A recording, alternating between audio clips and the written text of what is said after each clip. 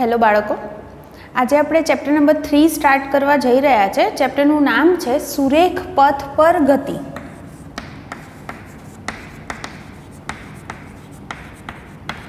આનો સીધો મતલબ એવો થાય કે આપણે આ ચેપ્ટરની અંદર ગતિ વિશેની ચર્ચા કરવાના છીએ, અને એ પણ માત્ર કઈ તો સુરેખ પથ ઉપર. સુરેખ એટલે એવું બોલવું આમ કે સીધા માર્ગે જે ગતિ થાય એક પરિમાણમાં, એના માટે આપણે અહીંયા આગળ વાત કરવાના છીએ. હવે પરિમાણ શું છે, ગતિ કોને કહેવાય, વન બાય વન તમને ચેપ્ટરની અંદર સમજાતું જશે. પહેલો તો ગતિ શબ્દ તમે સાંભળો તો કોઈ પણ પદાર્થ ગતિમાં છે એવું ક્યારે કહીએ છીએ આપણે?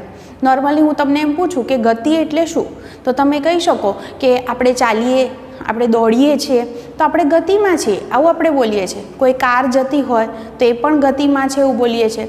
ઝાડ હલે તો એના ઉપરથી પાંદડા પડે તો એ પાંદડા પણ ગતિ કરે છે, આવું આપણે કહી શકીએ.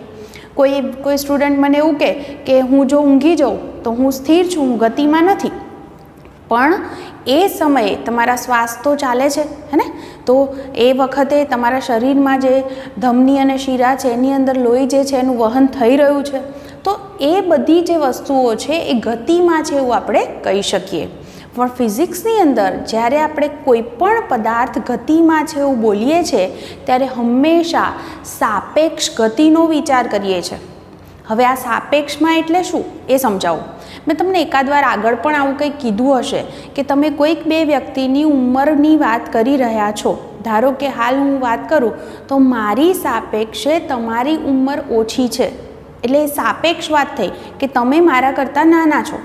પણ જો હું તમારી અથવા તમારી સાથે તમારા ભાઈ અને બહેન કોઈ પણ હોય તો એમની ઉંમરની સરખામણી કરું જે તમારા કરતાં જે નાના હોય, બરાબર, તો સાપેક્ષમાં શું કહેવાય કે તમે તમારા ભાઈ અથવા બહેન કરતાં સાપેક્ષમાં મોટા છો, હે ને?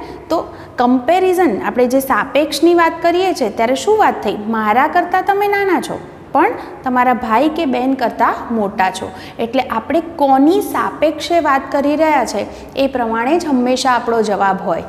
તો એવી જ રીતે કોઈ પણ પદાર્થ છે એ પદાર્થ ગતિમાં છે એવું આપણે ક્યારે કહી શકીએ તો સાપેક્ષ શબ્દ બોલવો જોઈએ.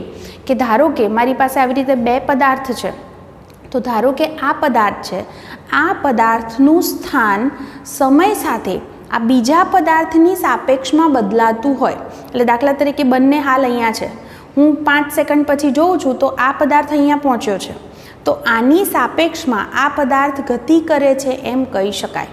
એટલે શું કહેવું પડે આપણે કે જ્યારે એક પદાર્થ છે એ બીજા પદાર્થની સાપેક્ષમાં સમય સાથે પોતાનું જો સ્થાન બદલે છે તો એ પદાર્થ પોતે ગતિમાં છે એવું આપણે કહી શકીએ. પણ જુઓ, મેં શું કીધું, સાપેક્ષ હંમેશા વાત કરવાની છે. કેમ એવું કહીએ છીએ, એનો સીધો મતલબ છે કે ધારો કે તમે બસમાં બેઠા છો, તમે બેઠા છો, તમારી બાજુની સીટ પર બીજું કોઈક વ્યક્તિ બેઠું છે અને બસ છે એ ગતિ કરી રહી છે, ચાલે છે, બરાબર. તો એ સમયે એ બંને વ્યક્તિ એકબીજાની સાપેક્ષે સ્થિર કહેવાય. કેમ? કારણ કે એમનું સ્થાન છે એકબીજાની સાપેક્ષે બદલાતું નથી, એ બંને ત્યાંના ત્યાં છે, બરાબર. પણ બસની બહાર કોઈક વ્યક્તિ ઊભી હોય અને એ વ્યક્તિ જુએ તો એ વ્યક્તિની સાપેક્ષે આ બંને વ્યક્તિ ગતિમાં છે એમ કહી શકાય. એટલે તમે કોની સાપેક્ષે વાત કરો છો એ હંમેશા ઇમ્પોર્ટન્ટ છે. એટલે જ્યારે પણ ફિઝિક્સમાં આપણે ગતિની ચર્ચા કરતા હોઈએ ત્યારે હંમેશા સાપેક્ષ વસ્તુ હંમેશા ગતિ સમજાવવા માટે જરૂરી છે. એટલે હું ફરીથી બોલી દઉં કે બે પદાર્થ છે, તો ધારો કે એક પદાર્થ બીજા પદાર્થની સાપેક્ષે સમય સાથે પોતાનું સ્થાન બદલે તો આ પદાર્થ ગતિમાં છે એમ કહી શકાય. એટલે કે સમય સાથે એનું સ્થાન બદલાવવું જોઈએ, બરાબર. પણ જો એ એમનું એમ જ હોય તો એ પદાર્થ સ્થિર છે એમ કહેવાય, એના સ્થાનમાં કોઈ ફેર નથી પડતો, પહેલાં પણ અહીંયા જ હતો પછી પણ અહીંયા છે, તો એ પદાર્થ સ્થિર છે એમ કહી શકાય. જેનો ડિફરન્સ મેં તમને આ રીતે સમજાવ્યો કે બસમાં બેઠેલી બે વ્યક્તિ છે, તો બે વ્યક્તિ બસ ભલે ચાલે છે પણ એકબીજાની સાપેક્ષે તો સ્થિર જ કહેવાય, બરાબર.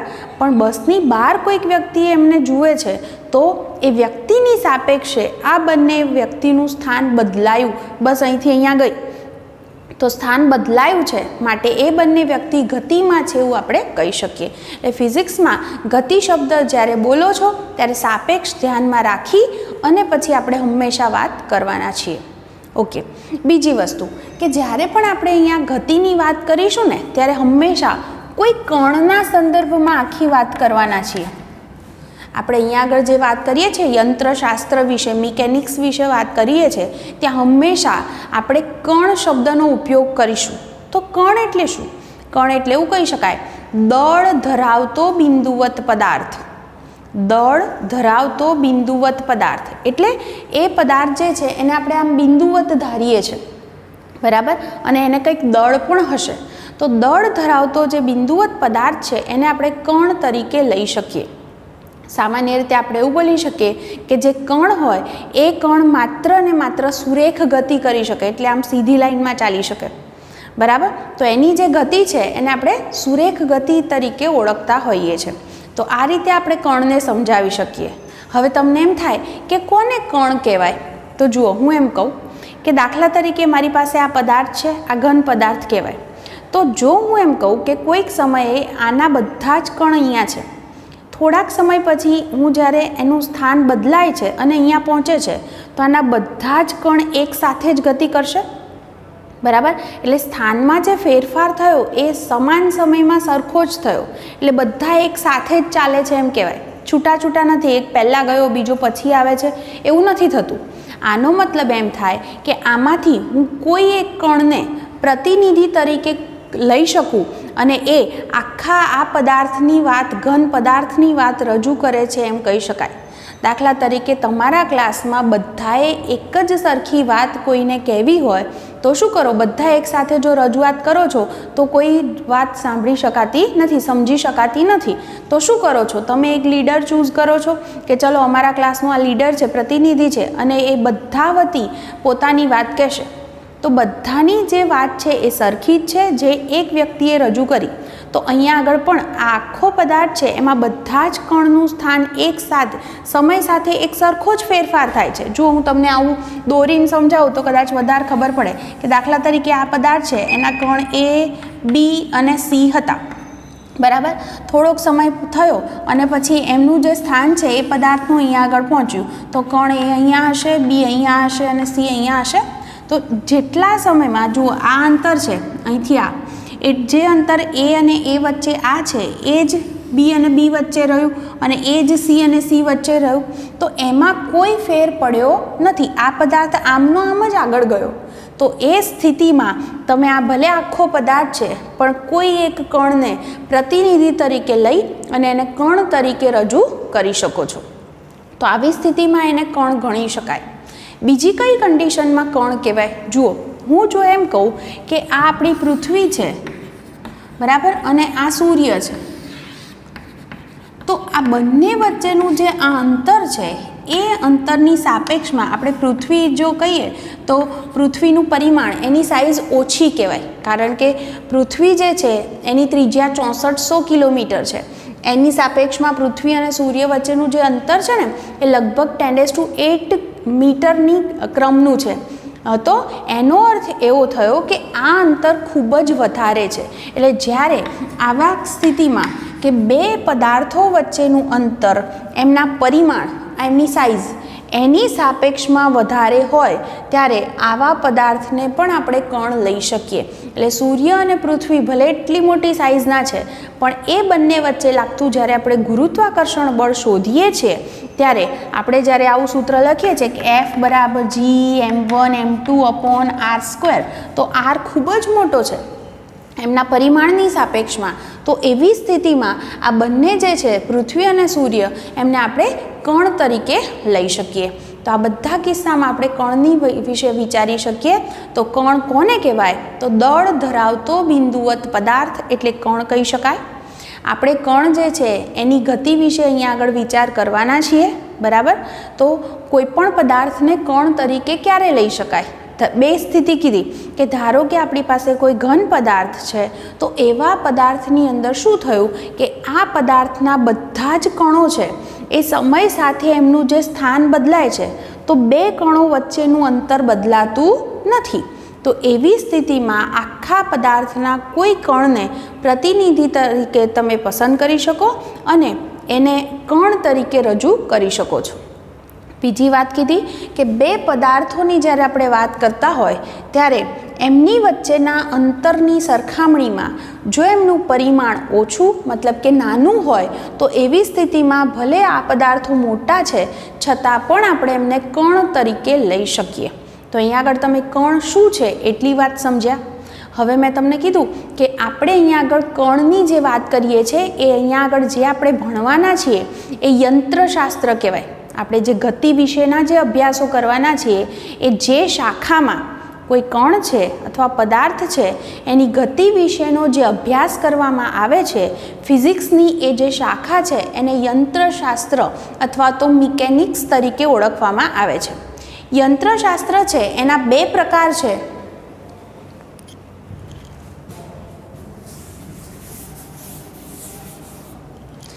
એકને કહેવાય છે શુદ્ધ ગતિ વિજ્ઞાન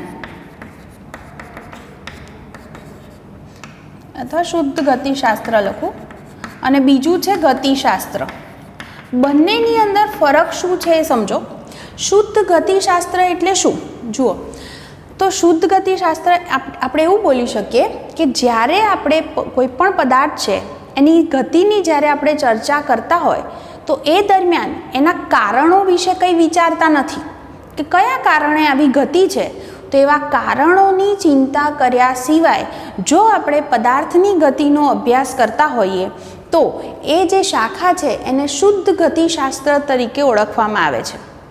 અને ગતિશાસ્ત્ર એટલે એવું કહી શકાય કે જ્યારે આપણે કોઈ કણ અથવા પદાર્થની ગતિનો અભ્યાસ કરતા હોય ત્યારે એના કારણો સહિત કે કેમ આ પ્રકારની ગતિ થઈ, એની પાછળ શું કારણ હોઈ શકે, આ બધાની સાથે આનો વિચાર કરીએ અને પછી જો અભ્યાસ કરીએ તો ફિઝિક્સની એ જે શાખા છે એને આપણે ગતિશાસ્ત્ર તરીકે ઓળખીએ છીએ. તો આ રીતે બંને વચ્ચેનો ડિફરન્સ સમજી લેજો કે શુદ્ધ ગતિશાસ્ત્ર અથવા ગતિ વિજ્ઞાન એટલે એમાં કારણો જે છે એની ચિંતા નથી કરવાની કે કેમ આવી રીતે ગતિ થાય છે, અને ગતિશાસ્ત્ર અથવા તો ગતિ વિજ્ઞાન એટલે એની અંદર આપણે કારણોની ચિંતા કરીએ છીએ. અહીં આગળ જે શુદ્ધ ગતિશાસ્ત્ર છે અથવા ગતિ વિજ્ઞાન છે એને ઇંગ્લિશમાં કાઇનેમેટિક્સ કહેવાય છે અને જે ગતિ વિજ્ઞાન છે માત્ર એને ડાયનેમેટિક્સ કહેવાય છે. એટલે કાઇનેમેટિક્સમાં શું હોય કે પદાર્થ ગતિ કરે છે તો એની પાછળ શું કારણ છે એ કારણોની ચિંતા નથી કરવાની, માત્ર ગતિનો અભ્યાસ કરવાનો છે. એને શુદ્ધ ગતિ વિજ્ઞાન અથવા કાઇનેમેટિક્સ કહેવાય. અને ડાયનેમેટિક્સ એટલે કે ગતિ વિજ્ઞાન કોને કીધું? તો પદાર્થ ગતિ કરી રહ્યો છે તો એના કારણોની ચિંતા કરવાની છે એની અંદર, તો આપણે કારણો સહિતની જો વાત કરતા હોઈએ તો એને આપણે ગતિ વિજ્ઞાન તરીકે ઓળખીએ છીએ, એટલે કે ડાયનેમેટિક્સ તરીકે ઓળખીએ છીએ. અને કાઇનેમેટિક્સ અને ડાયનેમેટિક્સ ભેગા થાય ત્યારે મિકેનિક્સ બને, એટલે કે યંત્રશાસ્ત્ર બને, જે ફિઝિક્સની શાખા છે. ટૂંકમાં તમને ખ્યાલ આવ્યો હશે કે ફિઝિક્સની શાખા છે યંત્રશાસ્ત્ર, જેમાં પાછા બે વિભાગ છે, શુદ્ધ ગતિ વિજ્ઞાન અને બીજું માત્ર ગતિ વિજ્ઞાન, એટલે કે કાઇનેમેટિક્સ અને ડાયનેમેટિક્સ. કાઇનેમેટિક્સ અને ડાયનેમેટિક્સ ભેગા થાય એટલે મિકેનિક્સ એટલે કે યંત્રશાસ્ત્ર બને. આ બધી બેઝિક વાત છે ખાલી સમજવા માટે. ઓકે, હવે મેં તમને એવું કીધું કે આપણે જ્યારે કોઈ પદાર્થ ગતિ કરે છે ત્યારે હંમેશા એનો સાપેક્ષ વિચાર કરીએ છીએ કે એકની સાપેક્ષે બીજાએ ગતિ કરી. તો દાખલા તરીકે મારે અહીંયા આગળ સમજવું હોય તો ગતિ વિશે હંમેશા સમજવા માટે નિર્દેશ ફ્રેમ સમજવું જરૂરી છે. નિર્દેશ ફ્રેમ એટલે શું? તો જુઓ, આપણે અહીંયા આગળ કંઈક એવો વિચાર કર્યો કે બે વ્યક્તિ છે, બંને બસમાં બેઠી છે તો એકબીજાની સાપેક્ષે સ્થિર છે. કારણ શું કે એ બસ જે થઈ એ નિર્દેશ ફ્રેમ કહેવાય કે ત્યાં આગળ બેસી અને બંને એકબીજા વિશે વાત કરી રહ્યા છે. બરાબર, એવી રીતે બસની બહાર કોઈક વ્યક્તિ એમને જુએ છે તો એની નિર્દેશ ફ્રેમ, એ જ્યાંથી જુએ છે એ એની નિર્દેશ ફ્રેમ થાય. તો નિર્દેશ ફ્રેમ કઈ રીતે આપણે ફિઝિક્સની અંદર લઈશું ગતિ દરમિયાન? તો એના માટે સામાન્ય રીતે આપણી જોડે જે XYZ યામાક્ષ પદ્ધતિ છે એનો ઉપયોગ કરવામાં આવે છે. આ એક્સ અક્ષ, આ વાય અક્ષ અને આ ઝેડ અક્ષ. તમને એમ થાય કે એવું જરૂરી છે હંમેશા અહીંયા એક્સ લખવું, અહીંયા વાય ને અહીંયા ઝેડ? એવું જરૂરી નથી. હંમેશા આને એન્ટી ક્લોકવાઇઝ આમ વિષમ ઘડી દિશામાં લખવામાં આવે છે. એટલે તમે આ જે વસ્તુ છે એને આ જ રીતે આમ ઉલટાઈને લખો તોય ચાલે. અહીંયા એક્સ લખું, બરાબર, અહીંયા વિષમ ઘડી દિશામાં એટલે મારે આમ લખવાનું છે, તો એ સ્થિતિમાં અહીંયા વાય ને અહીંયા ઝેડ લખી શકાય, બરાબર. તો આ રીતે આખું આમ રોટેટ કરી દીધું, સમજાયું? તો એવી રીતે વિષમ ઘડી દિશામાં તમે એક્સ વાય ઝેડ ગમે ત્યાં પસંદ કરી શકો. એટલે કે અને ત્રણેય યામ જ્યાં આગળ ભેગા થાય છે એને યામાક્ષ પદ્ધતિનું ઉગમ બિંદુ એટલે કે અહીંયા આગળ આપણે એને સંદર્ભ બિંદુ કહીશું. એટલે હંમેશા આપણે સંદર્ભ બિંદુ તરીકે શું પસંદ કરીએ છીએ? તો યામાક્ષ પદ્ધતિનું જે ઉગમ બિંદુ છે એને સંદર્ભ બિંદુ તરીકે પસંદ કરીએ છીએ. જ્યારે આપણે કોઈ કણ છે હંમેશા વાત કરતા હોઈએ કે પદાર્થ કે કણ ગતિ કરે છે ત્યારે હંમેશા આપણે એવું કીધું એનું સ્થાન બદલાય છે. તો આપણે હંમેશા સ્થાન દર્શાવવાની જરૂર પડે છે. તો એટલા માટે ધારો કે હું અહીંયા આગળ આમ લખું કે આ એક કોઈ કણ છે એ, એનું સ્થાન અહીંયા છે 1 2 3. એનો મતલબ શું થયો? એક્સ યામ પર એનું સ્થાન 1 છે, વાય યામને અનુરૂપ 2 છે અને ઝેડ યામને અનુરૂપ એની કિંમત શું છે? 3. થોડાક સમય પછી એ જ કણ છે એનું સ્થાન મને એવું જોવા મળે 2 3 4. તો એનો મતલબ એમ થયો એક્સ યામમાં ફેરફાર થયો, વાય યામમાં પણ ફેરફાર થયો અને ઝેડ યામમાં પણ ફેરફાર થયો. તો એનો અર્થ કે આ પદાર્થ ગતિમાં છે એમ કહેવાય. એટલે કોઈ પણ પદાર્થ ગતિ કરતો હોય તો એના એક્સ વાય ઝેડ યામ બદલાય છે. એવું જરૂરી નથી કે ત્રણેય યામમાં ફેરફાર થાય, એ ઓછામાં ઓછો એક બદલાવો જોઈએ, બરાબર. એક યામ અથવા એક કરતાં વધારે બદલાય. દાખલા તરીકે એવું થયું કે અહીંયા આગળ આ 2 2 3 રહ્યું, તો એનો મતલબ એમ થયો કે આ કણનો માત્ર એક્સ યામ જ બદલાયો, એટલે એક્સ દિશામાં જ એના જે સ્થાન છે એમાં ફેરફાર થયો, આવું આપણે બોલી શકીએ. તો માત્ર એક યામ બદલાતો હોય અથવા બે બદલાતા હોય અથવા 3 પણ બદલાતા હોય, આ બધી શક્યતાઓ છે. તો આ બધા દરમિયાન પદાર્થ ગતિમાં છે એમ કહેવાય.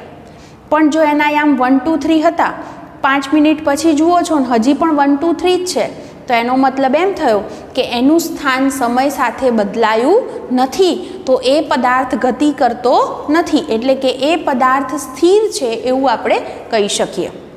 તો આ રીતે આપણે જે આ એક્સ વાય ઝેડ યામાક્ષ પદ્ધતિ લઈને જે વાત કરી એને નિર્દેશ ફ્રેમ તરીકે ઓળખવામાં આવે છે. અને આ જે ઉગમ બિંદુ છે એને સંદર્ભ બિંદુ ગણી શકાય, બરાબર. એટલે સંદર્ભ બિંદુની સાપેક્ષે આ 1 2 3 યામ લખ્યા તો કોની સાપેક્ષે? આ સંદર્ભ બિંદુની સાપેક્ષે, કારણ કે સંદર્ભ બિંદુ એટલે એના યામ 0 0 0 કહેવાય, બરાબર. તો હવે સ્થાન 1 2 3 છે, તો આ સંદર્ભ બિંદુની સાપેક્ષે આ વાત કરી છે, બરાબર. એટલે હંમેશા આ રીતે સાપેક્ષ કિંમતની જ આપણે વાત કરવાના છીએ. તો આ રીતે તમારો જે કણ છે એનું સ્થાન બદલાય છે એમ ક્યારે કહી શકાય? જો એનો કોઈ એક યામ અથવા એક કરતાં વધારે યામ બદલાતા હોય સમય સાથે, તો એ કણ અથવા પદાર્થ ગતિમાં છે એમ કહી શકાય. પણ જો કોઈ ફેરફાર નથી થતો યામમાં, તો એ પદાર્થ સ્થિર છે એવું આપણે ગણી શકીએ, બરાબર. તો આ કોન્સેપ્ટ ખાસ હતો જે તમને સમજાયો હશે કે નિર્દેશ ફ્રેમ એટલે શું, તો એટલી આપણે અહીંયા આગળ આના વિશે હાલ વાત કરી. હવે એનાથી આગળ થોડીક વાત કરીએ. નિર્દેશ ફ્રેમ સમજ્યા પછી આપણે એનાથી આગળ જે વાત કરવાના છીએ એ જુદી જુદી જે બાબત છે, એક તો પથ લંબાઈ, સ્થાન અને સ્થાનાંતર, આ ત્રણની વાત કરવાના છીએ. દાખલા તરીકે હું સ્થાનની વાત કરું, જુઓ આપણું જે ચેપ્ટર છે એમાં સુરેખ પથ પર ગતિની વાત કરવાના છીએ. એટલે કે આપણે એક પરિમાણમાં ગતિ વિશે વાત કરીશું. એક પરિમાણમાં ગતિની વાત કરતા હોઈએ તો માત્ર અહીંયા આગળ હું એક્સ અક્ષને જ ધ્યાનમાં લઉં તો ચાલે, બરાબર. આ જે છે એનું ઉગમ બિંદુ હોય તો ઉગમ બિંદુથી જમણી તરફની જે પણ કિંમતો છે એને આપણે ધન તરીકે લઈએ છીએ અને ડાબી તરફની જે કિંમતો છે એને આપણે ઋણ લઈ શકીએ. તો અહીંયા આગળ આ જે કિંમતો છે, ધારો કે એનું સ્થાન છે, તો અહીંયા આગળ એક્સ અક્ષ પર આપણે દર્શાવીશું. જે હું મીટરમાં લઉં, આ બધી કિંમતો ધારો કે મીટરમાં છે, 40 80 120 160 200 240 280 320, આ બધી કિંમતો જે છે એ મેં અહીંયા આગળ મીટરમાં લીધી છે. સેમ એ જ રીતે આ બાજુ -40 -80 આવી રીતે બધી કિંમતો આપણે લઈ શકીએ. આ જે છે એ આપણે શું કીધું છે? સંદર્ભ બિંદુ. આપણે અહીંયા આગળ કોઈ કણ છે, એ કોઈ કણ ધારો કે અહીંયા આગળ કોઈ પી બિંદુ છે ત્યાં ઊભો છે, તો એનો અર્થ એવો થયો કે સંદર્ભ બિંદુની સાપેક્ષે એનું સ્થાન ક્યાં છે, તો 120 મીટર પર છે એમ કહેવાય. કેમ હું સાપેક્ષ શબ્દ બોલું છું? એનું સીધું રીઝન છે, હું જો તમને એમ કહું કે તમે ક્યાં બેઠા છો, બરાબર, અને તમે એમ કહો કે થર્ડ બેન્ચ પર, ધારો કે તમે ક્લાસની બહાર મારી આગળ કોઈક વાત કરી રહ્યા છો અને હું પૂછું તમને કે તમે કઈ બેન્ચ પર બેસો છો હાલ, તો તમે મને એમ કહો થર્ડ બેન્ચ પર. તો થર્ડ બેન્ચ એટલે તમારા ક્લાસની અંદર આગળથી ત્રીજી બેન્ચે બેઠા છો કે છેલ્લેથી ત્રીજી બેન્ચે, તો તમે કયા સંદર્ભે વાત કરી રહ્યા છો એ તમારે હંમેશા મને કહેવું પડે, તો જ સમજી શકાય કે તમે કયા સ્થાને છો. એટલે સામાન્ય રીતે જ્યારે આપણે એક જ પરિમાણમાં વાત કરીએ છીએ ત્યારે પદાર્થનું સ્થાન આગળ અથવા પાછળ હોય, બરાબર, ઉપર અથવા નીચે હોઈ શકે. તો એ જ રીતે કોઈ એક જ યામ પર આપણે વાત કરતા હોઈએ છીએ. તો અહીંયા આગળ ઉગમ બિંદુની સાપેક્ષે અત્યારે આ કણ છે એ ક્યાં છે, તો 120 મીટર પર છે એવું આપણે બોલી શકીએ, બરાબર. આ રીતે આ સ્થાનને સમજી શકાય. હવે જે શબ્દ મારે સમજાવવો છે એ છે પથ લંબાઈ. પથ લંબાઈનો અર્થ એવો થાય કે કોઈ પણ કણે કાપેલું કુલ અંતર. પથ લંબાઈને કઈ રીતે કહેવામાં આવે છે, તો કણે કાપેલું કુલ અંતર એટલે પથ લંબાઈ. જુઓ, કુલ અંતર જે છે એટલે આપણે કુલ સરવાળો જ કરવાનો હોય કે ધારો કે કોઈ એક કણ છે, આ હું આ બિંદુને ઓ નામ આપું છું, અહીંયા પી નામ આપું છું. આની અંદર એવું થયું કે કોઈ કણ ધારો કે પહેલાં ઓ પાસે છે, ત્યાંથી એ ગતિની શરૂઆત કરે છે, પી પાસે જાય છે, પછી એ અહીંથી પીથી ગતિ કરી અને ક્યુ પાસે જાય છે, બરાબર. તો એણે કાપેલું કુલ અંતર કેટલું, તો તમે શું કહી શકો, ક્યાં ગયો એ, ઓથી પી ગયો, બરાબર, પ્લસ પીથી ક્યુ ગયો, એટલે એણે ટોટલ શું અંતર કાપ્યું, તો આપણે શું કહી શકીએ, ઓથી પી ગયો એટલે પહેલાં 120 મીટર અંતર કાપે છે, બરાબર, પ્લસ પીથી ક્યુ જાય છે, પીથી ક્યુ જશે તો એ વખતે કેટલું અંતર કાપે છે, તો અહીંયા 120થી 240 ઉપર એટલે બીજું 120 મીટર અંતર થશે. તો એનો અર્થ એણે કાપેલું કુલ અંતર કેટલું, 240 મીટર. તો અહીંયા આગળ એવું બોલી શકીએ કે પથ લંબાઈ એટલે શું, તો કણે કાપેલું કુલ અંતર એને આપણે પથ લંબાઈ તરીકે ઓળખીએ છીએ. અને આ અંતર હંમેશા તમને ધન જ મળે, કારણ કે તમે એનું ટોટલ જ કરવાના છો, બરાબર, કે ટોટલ એણે કેટલું અંતર કાપ્યું છે. હું તમને એમ કહું કે ધારો કે કણ એવું કરે છે કે ઓથી પહેલાં પી જાય છે અને પીથી પાછો ઓ આવે છે, તો એણે કેટલું અંતર કાપ્યું. જો હું શું માર્ગ કહું છું, ઓથી પહેલાં પી ગયો અને પીથી પાછો ક્યાં આવે છે, ઓ, તો એણે કાપેલું કુલ અંતર એટલે કે પથ લંબાઈ કેટલી, તો આપણે સરવાળો જ કરવાનો ટોટલ.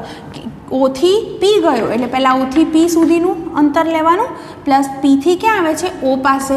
તો અહીંયા આગળ સરવાળો કરીએ તો ઓથી પી એટલે 120 અને પછી પીથી ઓ એટલે આ જે છે અંતર એ તો 120 જ છે.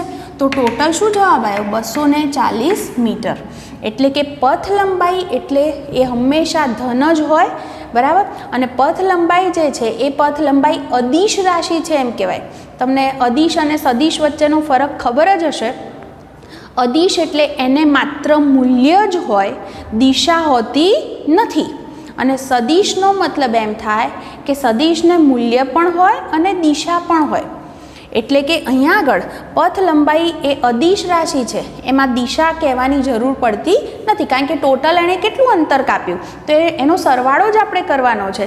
અહીંથી આમ ગયો, અહીંથી આમ ગયો, ગમે તે માર્ગે ગયો હોય, પણ આપણે એણે કાપેલું કુલ અંતર એટલે સરવાળો જ કરવાનો છે, એની સાથે જ આપણને મતલબ છે. એટલે હંમેશા ધ્યાનમાં રાખજો કે પથ લંબાઈ હોય એ પથ લંબાઈ હંમેશા ધન જ હોય, અને પથ લંબાઈ એટલે પદાર્થે કાપેલું કુલ અંતર જ છે. અને પથ લંબાઈ હંમેશા કેવી રાશિ છે, તો અદિશ રાશિ. તો તમને કોઈ પણ પદાર્થની માટે પથ લંબાઈ શોધવાનું કે તો એ તમારે ગણવાનું, અહીંથી અહીંયા ગયો, અહીંથી અહીંયા ગયો, તો દરેક એ બધા કાપેલા અંતરનો સરવાળો કરતા જશો તો એ બધાનો સરવાળો કરવાથી કુલ અંતર મળશે, જેને આપણે પથ લંબાઈ તરીકે ઓળખી શકીએ. તો આ પહેલી વાત હતી કે પથ લંબાઈ કોને કહીશું.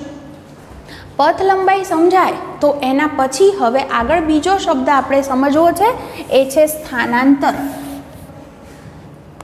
જુઓ, સ્થાનાંતર, આ બંને વચ્ચે ફરક છે. પથ લંબાઈ અને સ્થાનાંતર વચ્ચે શું ફરક છે એ ખાસ સમજવાનો છે. તો સ્થાનાંતરનો મતલબ એમ થાય કે પદાર્થના સ્થાનમાં થતો ફેરફાર. સમય સાથે પદાર્થના સ્થાનમાં કેટલો ફેરફાર થયો એ માત્ર ફેરફારને જ સ્થાનાંતર તરીકે ઓળખવામાં આવે છે. દાખલા તરીકે હું એમ કહું કે કોઈ કણ t1 સમયે એનું સ્થાન x1 આગળ હતું અને t2 સમયે એનું સ્થાન છે એ x2 આગળ છે, તો આ જે સમયગાળો થયો ને એને ડેલ્ટા ટી બોલાય. જ્યારે ફેરફાર હોય ને ફિઝિક્સની અંદર ફેરફાર દર્શાવવા માટે ડેલ્ટા અને ડેલ્ટા વંચાય, ડેલ્ટા સંકેત લખાય છે. ડેલ્ટા ટી લખવું એનો મતલબ થાય સમયમાં થતો ફેરફાર. તો સમયમાં શું ફેરફાર થયો? ધારો કે ટી બરાબર 0 સેકન્ડ હતી ત્યારે પદાર્થ x1 પર હતો. હવે ટી બરાબર 5 સેકન્ડ છે ત્યારે પદાર્થ x2 આગળ છે. તો સમયમાં શું ફેરફાર થયો? 5 સેકન્ડનો. તો એ ફેરફાર હંમેશા આપણે લખીએ છીએ અંતિમ ઓછા પ્રારંભિક, એટલે 5 - 0 એટલે 5 થયો, સમય માઇનસમાં ન હોય, બરાબર. તો હંમેશા આપણે શું વાત કરીશું જ્યારે પણ આ લખીશું ત્યારે અંતિમ ઓછા પ્રારંભિક. તો સમયમાં થતો ફેરફાર t2 - t1. તો ડેલ્ટા ટી સમયમાં આ પદાર્થના સ્થાનમાં થતો ફેરફાર શું? તો સ્થાનમાં કેટલો ફેરફાર થયો? તો હું એને ડેલ્ટા એક્સ નામ આપી શકું. તો શું લખવાનું સૂત્ર? અંતિમ ઓછા પ્રારંભિક.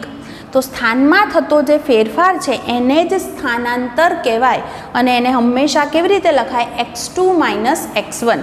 જુઓ, હું x2 - x1 લખું તો અહીંયા આગળ કેટલી શક્યતાઓ વધે. જુઓ, આવું કહેવાય, જો x1 બરાબર x2 હોય તો આમાં મૂકો તો ડેલ્ટા એક્સ બરાબર શું જવાબ આવે?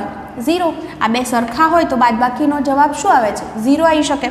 જો x1 ગ્રેટર દેન x2 હોય તો, એટલે x1 મોટો છે તો આ પદ મોટું હોય તો મોટું પદ બાદ થાય નાનામાંથી તો જવાબ કેવો આવશે? તમને કેવો મળશે? ઋણ મળે.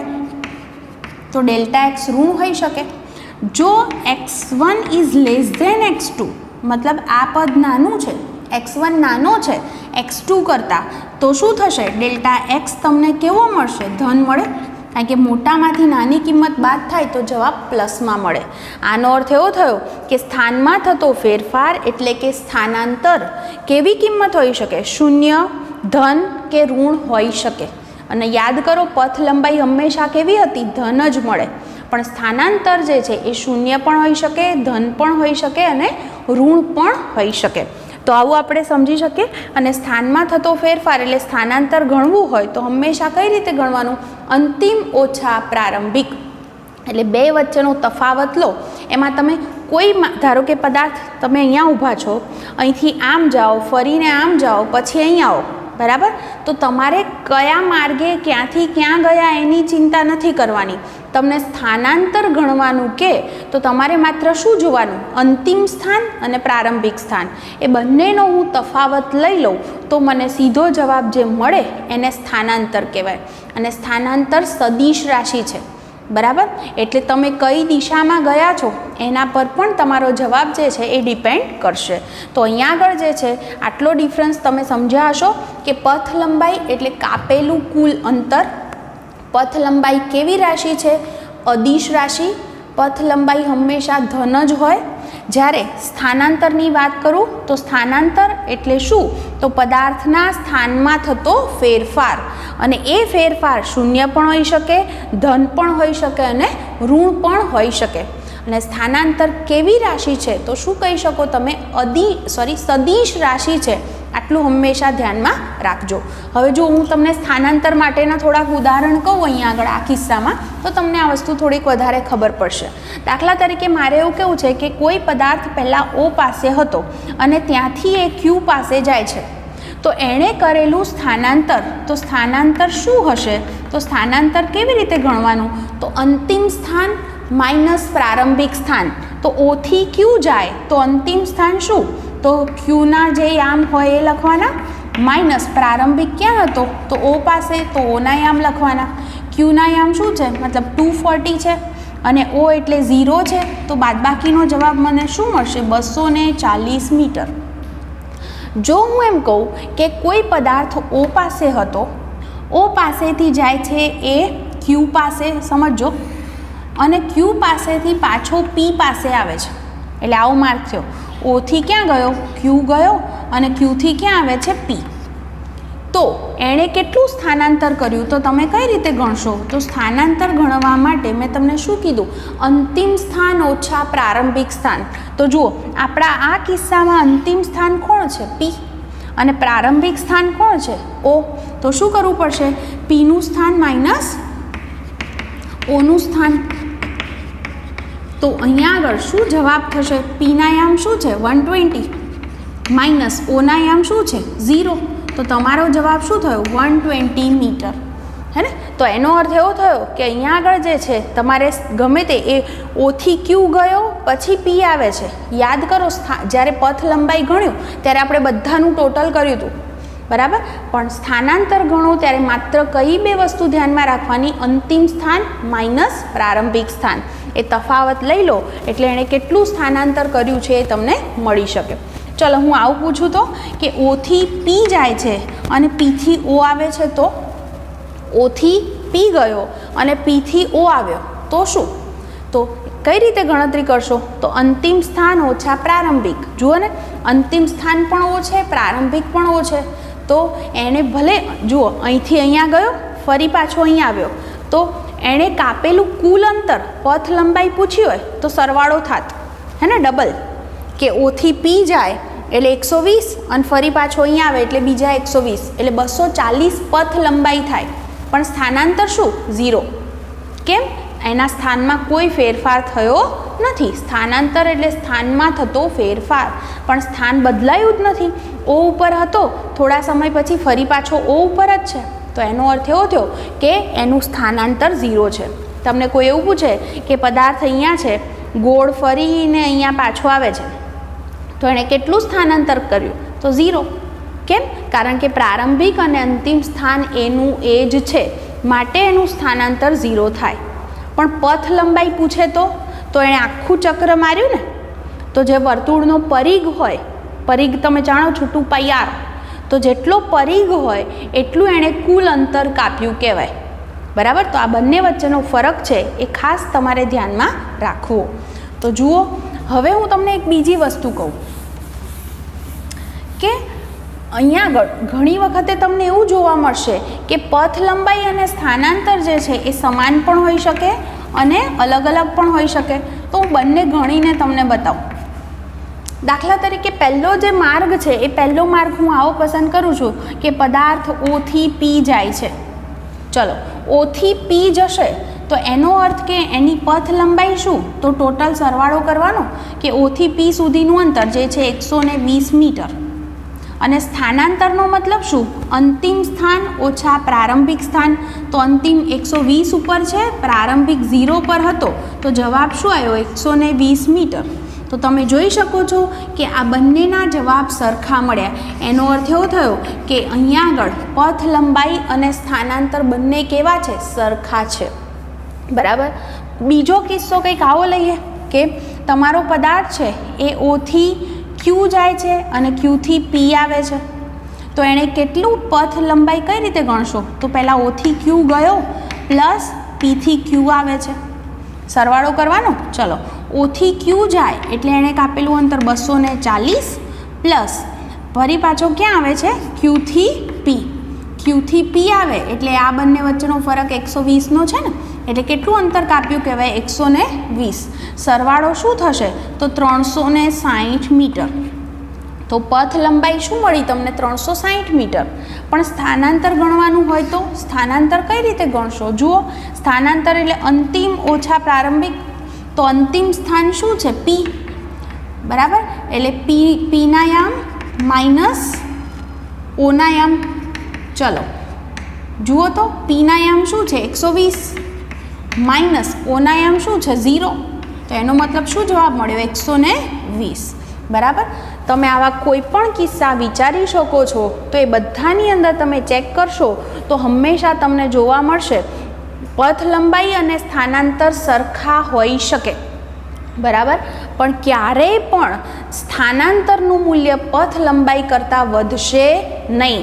ઓલવેઝ તમને પથ લંબાઈ છે એ સ્થાનાંતર કરતાં વધારે જ મળશે, બરાબર. તમે ચેક કરી જુઓ, દાખલા તરીકે ફરી આવો માર્ગ પસંદ કરો, ઓથી ક્યુ જાઓ અને ક્યુથી ઓ આવો, તો એ આખા માર્ગ દરમિયાન ફરી ત્યાંના ત્યાં આવો છો તો સ્થાનાંતર 0 થશે, બરાબર, અને પથ લંબાઈ એટલે સરવાળો કરવાનો રહેશે. તો આ રીતે આપણે ગણતરી દર્શાવી શકીએ. હવે નેક્સ્ટ હું વાત કરીશ કે આ બંને વચ્ચે તફાવતના થોડાક મુદ્દા છે, એ મુદ્દા હવે હું તમને લખીને કહું.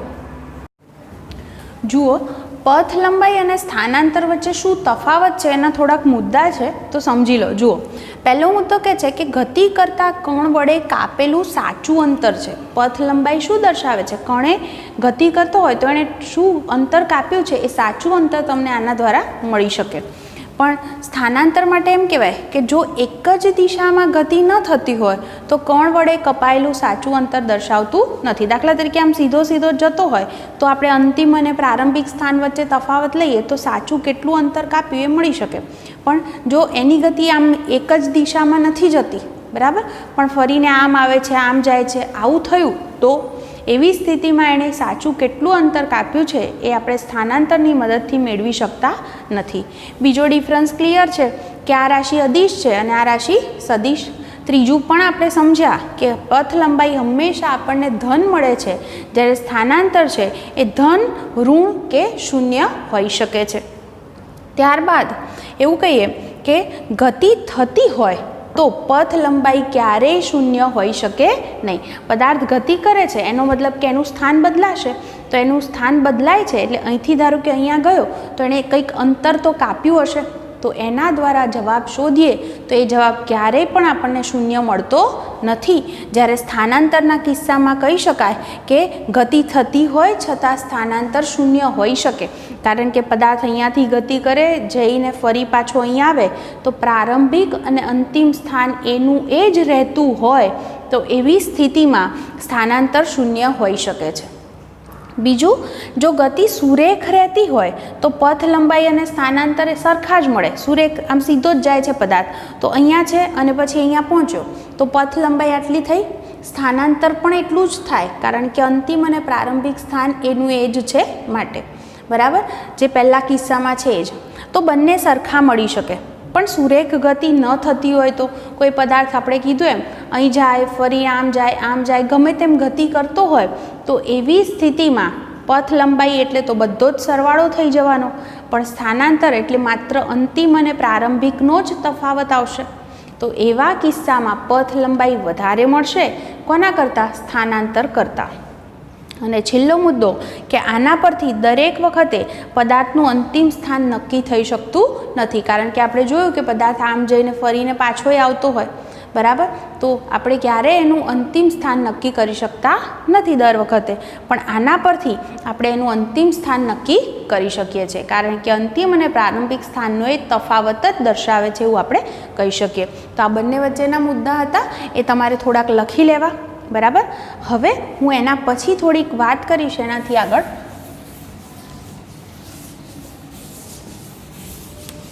આપણે થોડાક આલેખો દોરીએ અને એ આલેખની મદદથી થોડુંક સમજવાની કોશિશ કરીએ. હું અલગ અલગ પ્રકારની ગતિ માટે એક્સ એટલે કે સ્થાન વિરુદ્ધ સમયનો આલેખ દોરું છું. હંમેશા જ્યારે તમે આલેખ દોરો છો ત્યારે આવું વંચાય વાય વિરુદ્ધ એક્સનો આલેખ, બરાબર. એટલે વાય યામ પર એક્સ લેવાય અને એક્સ યામ પર ટી લેવાય, બરાબર. એટલે અહીંયા આગળ આપણે જે આલેખ દોરીએ એમાં આવી રીતે દોરીએ. જુઓ, અહીંયા આગળ શું લઈશું? સમય, અને અહીંયા લઈશું સ્થાન. ધારો કે સ્થાન હું મીટરમાં લઉં છું અને સમય સેકન્ડમાં લઉં છું. ધારો કે કોઈ કણ છે, અહીંયા હું સ્થાન 10 second, 20 second, 30 second, 40 second, 50 second આવી બતાવું છું, અને સ્થાન છે એ 20, 40, 60 આવું કંઈક બતાવું છું મીટરમાં. ઓકે, ધારો કે અહીંયા આગળ આ આલેખની અંદર હું એવું દર્શાવવા માગું છું કે કોઈક પદાર્થ છે એનું સમય સાથે સ્થાન બદલાતું નથી, એનો અર્થ કે એ પદાર્થ સ્થિર છે એમ કહેવાય. એટલે દાખલા તરીકે જ્યારે t બરાબર 0 સમય હતો ત્યારે એનું સ્થાન 40 મીટર આગળ હતું, 20 સેકન્ડ છે ત્યારે પણ 40 આગળ જ છે, તો આલેખમાં આવું બતાવે ને 20 માટે 40 કિંમત, પછી 40 સેકન્ડ થાય ત્યારે 40 પર છે, તો આને તમે જોડો તો તમને આલેખ આવો મળે. તો જો તમને કોઈક આલેખ આવો દર્શાવ્યો છે, એક્સ વિરુદ્ધ ટીનો આલેખ, તો એનો અર્થ એવો થાય કે આ પદાર્થ ગતિ કરતો નથી, એટલે કે પદાર્થ સ્થિર સ્થિતિમાં છે, કારણ એનું સ્થાન સમય બદલાય છે પણ સ્થાનમાં કોઈ ફેર પડતો નથી, માટે આ પદાર્થ સ્થિર છે એવું આપણે કહી શકીએ. બીજી વાત કરીએ કે કોઈ પદાર્થ છે એનું સ્થાન સમય સાથે સતત બદલાય છે, બરાબર. એટલે કે એવું થયું, ધારો કે તમને આવો આલેખ મળે છે, તો આ આલેખનો મતલબ એવું થાય કે એ પદાર્થ નિયમિત ગતિ કરે છે, નિયમિત વેગથી એનો વેગ વધે છે. જુઓ, નિયમિત ગતિ છે મતલબ કે, તો જુઓ, ધારો કે હું એમ કહું કે અહીંયા આગળ તમારો જે પદાર્થ છે એનું T1 સમયે સ્થાન છે, અહીંયા છે, આનું નામ હું x1 આપું.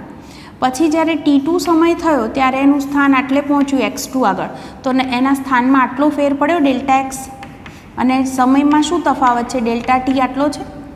હું આટલો જ આ જે T1 - T2 ધારો કે 5 સેકન્ડનો ગાળો લીધો છે, બીજો એવો જ હું 5 સેકન્ડનો ગાળો અહીંયા લઉં ને, આટલો ને આટલો જ, બરાબર. તો એમાં ધારો કે અહીંયા ડેલ્ટા એક્સની કિંમત મને 10 મીટર મળી હોય, તો અહીંયા આગળ પણ ડેલ્ટા એક્સ મને 10 જ મળે.